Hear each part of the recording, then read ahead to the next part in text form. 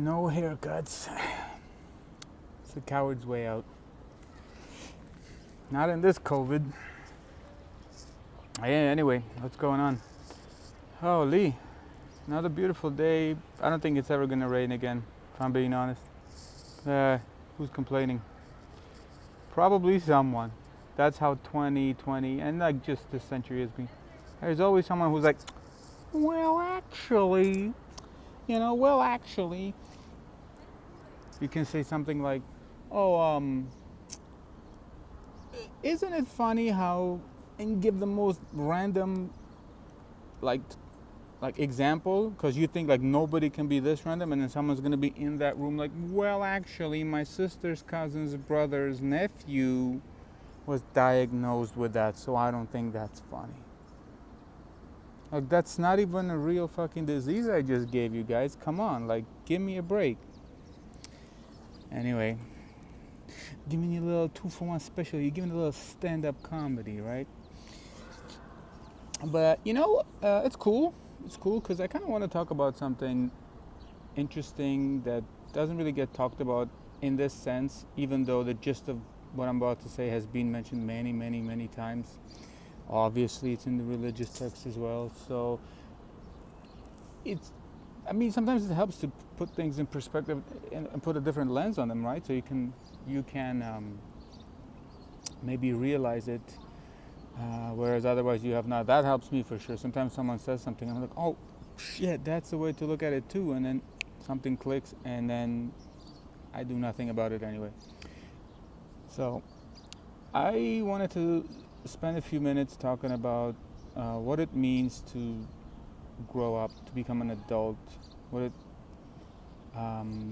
means to become emotionally mature, psychologically mature, but at the same time, why it's so important to do that. Now, we've all kind of heard the expression respect your elders, and I don't really think there's much argument to be made against that in the sense that what it's intending to do or to say is good, right? Like, be kind to the people who raised you, who are older than you because they've seen more than you. But not everyone's experiences count equally, if I'm being pretty honest. So it's easy to say that like you can be an arrogant person. Like, it's not meant to say that like, okay, well, let's just do a quick double take. Do you know more than your elder? Oh, you do? Okay, you can go ahead and shit on them. Like, that's not the gist of that expression. The idea is just to be respectful and don't take every little opportunity that you can get to dominate someone. And they're trying to say that like, look, there are things that you just cannot know, you cannot have over this person simply by the virtue of them being older. And this isn't like 1 year older, I would say this is like considerably older, like senior citizens, right? And if you look at it from just purely honor standpoint, yeah, you shouldn't really go against that. You shouldn't be arguing against a moral predicament like that. There are people out there who've earned their status, who've earned the right to be here, who've survived. And you will too, chances are you will. But let's kick that bucket anyway and let's see, did they really earn the right to be here? And I'll bring up another expression to emphasize what I'm about to say and put together is age is just a number. Now, I think this is like on the exact opposite spectrum of like maxims that are worth following, and I think nobody other than like a brat chick says that. Like a young, it's like this is exclusively reserved for young girls dating way older dudes, and age is just a number, and vice versa for older dudes. They're like, oh, I feel 18, you're a fucking pedophile, dude. But anyway, it doesn't have to be that way. But it isn't just a number for a variety of reasons.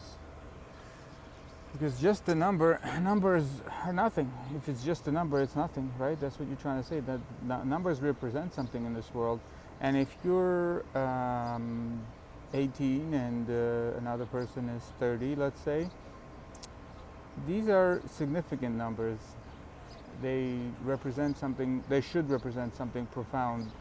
A difference should be, in some form, definitely should be profound between these two people, because of where they are in their stages of life.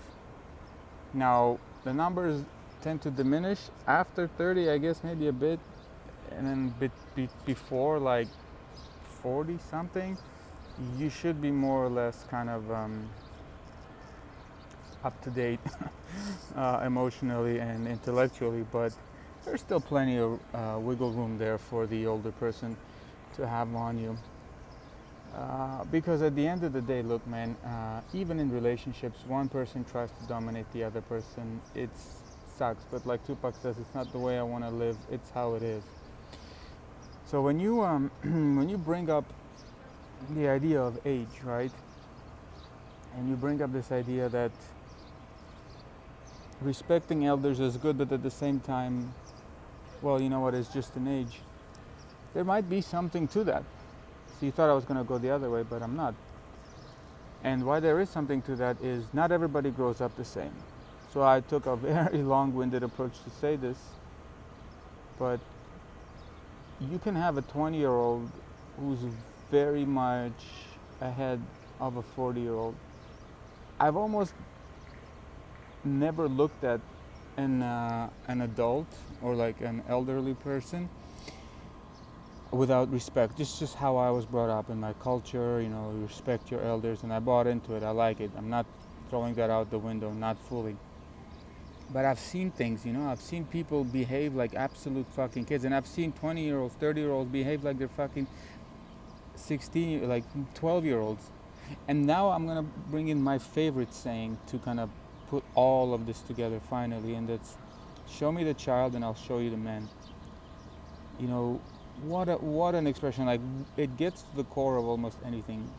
And what I'm trying to say here is that a lot of people don't really grow up. They get older, they get wrinklier, they get bigger in size, but they don't really grow up. So what does it mean to grow up, right? Like, what do they have to do to grow up? There are certain things that they will by default do, but that's, I would put as a very low bar that nobody should really strive to aim for. That's not a that's a default. Like, you should at least be getting that. But some people will go even lower than that. Those are, I'd say, they're exception to the rule and won't really concern them.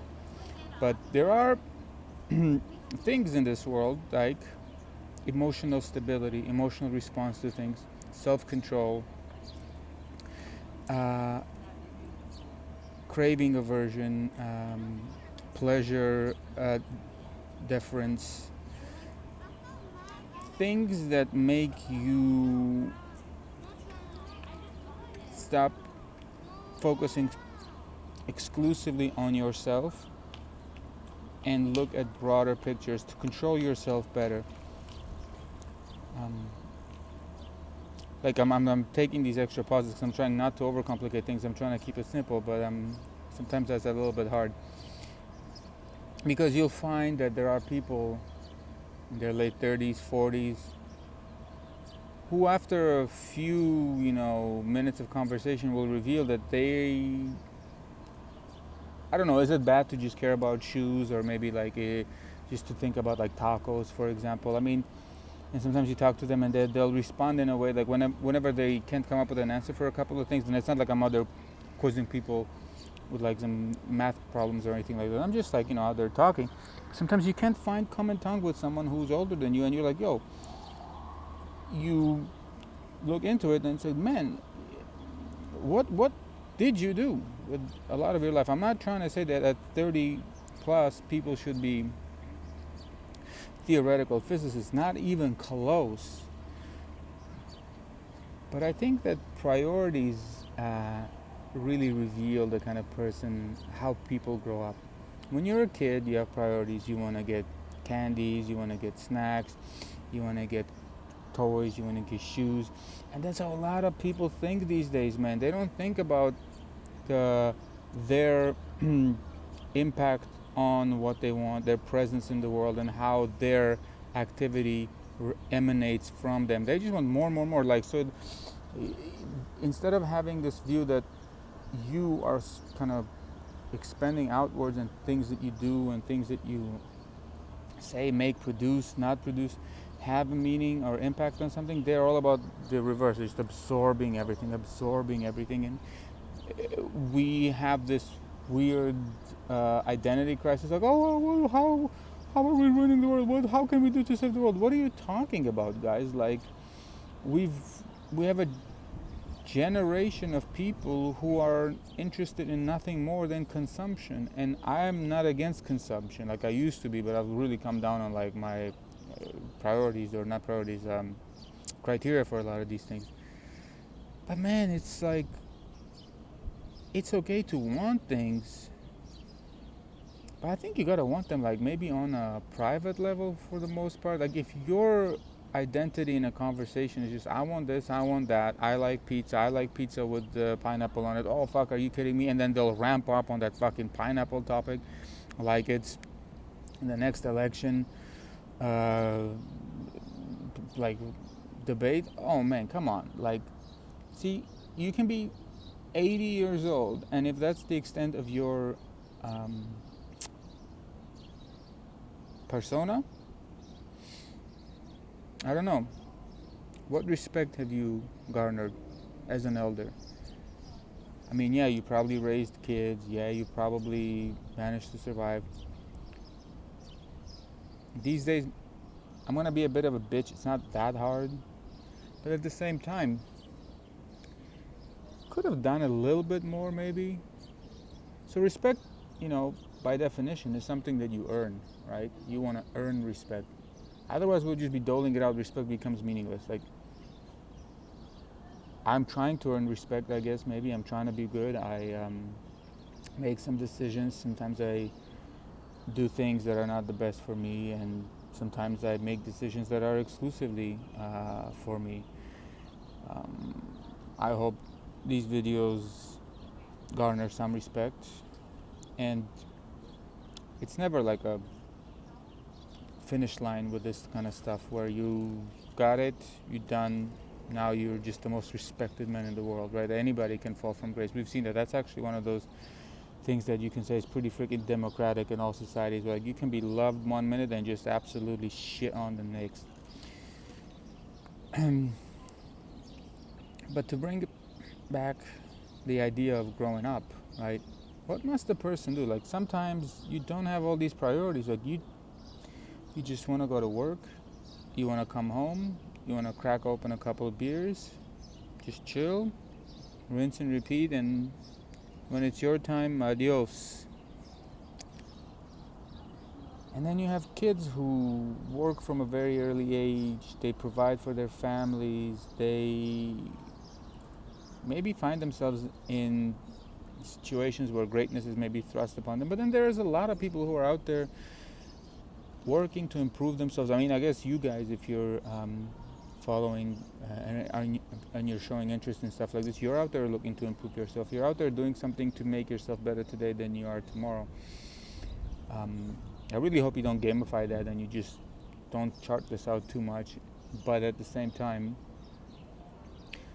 it's commendable, right? Like, you could have easily been sitting eating Cheetos and then complaining that medicine, it's just big pharma because you can't lose fucking weight and like that kind of stuff.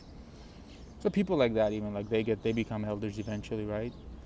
And you'll be out there like talking to like a 60-year-old woman and who thinks that rubbing citrus ointments on your asshole will make you healthier. Yeah. So what does it mean to grow up? I think what it means to grow up is that you can make intelligent decisions, and you can make decisions based on who you are and not just what you want. It's not about being right or wrong, because I'm really making it kind of sound like it's about being right or wrong, but it's really about being a dynamic human being. You can be assertive 1 minute, you can be forgiving the next minute, you can be kind of easygoing, you can be very stern. And I think you have to have something that differentiates you from the kid that you were. Like if someone says, "Wow, you're just like the kid um, that I remember you as," I mean that's kind of good, right? Because they're saying you're like lively. I wouldn't take that too literally, to be honest. But pay attention to your habits as a kid. What kind of stuff you used to do as a kid? You used to pout. You used to nag your mom for something until you got it. These behaviors, they transition over time into things like complaining to your MP about something that you could have easily gotten just by applying yourself. Going making blogs about big pharma controlling the fucking world where you can't, uh, you know, identify H2 what H2O, what substance H2O is, for example. Uh, you can be out there getting very angry about things, or something doesn't go your way. Now all of a sudden you're throwing your fist on, and it's even worse if you're big and strong. Like people will all of a sudden be scared of you, and you think you're fucking right because everybody just kind of respects you. So we have bad habits from way back, and they're kind of like layers of sand. Time is also another layer of sand, but time keeps throwing more and more and more and more and more and more and more and more and more and more and more and more sand over it. But these things, they're not just sand, they're like living, they're bubbling underneath the surface. And then when things get really hot, maybe not really hot, when things get hot, you can see the bubbles surfacing. So I think an absolutely integral part of like growing up and being an adult is diligently identifying your bad habits, like your prepubescent habits, your petulant, and working diligently to like excise that from the person that you are now. Learn to say no to things, learn to forgive, learn to skip some stuff, learn to push yourself a bit more. But by the way, growing up, childhood has like many amazing traits that we actually leave behind, like the willingness to learn, let's say, curiosity, easy, like forgiveness. What happened to that? Why do we just let those things go? It's because you know why. Everything boils down to that principle of minimal exertion. Retaining them takes effort. You let them go. Maintaining or excising bad habits also takes effort. So you just let them slip. So we're always doing as little as possible.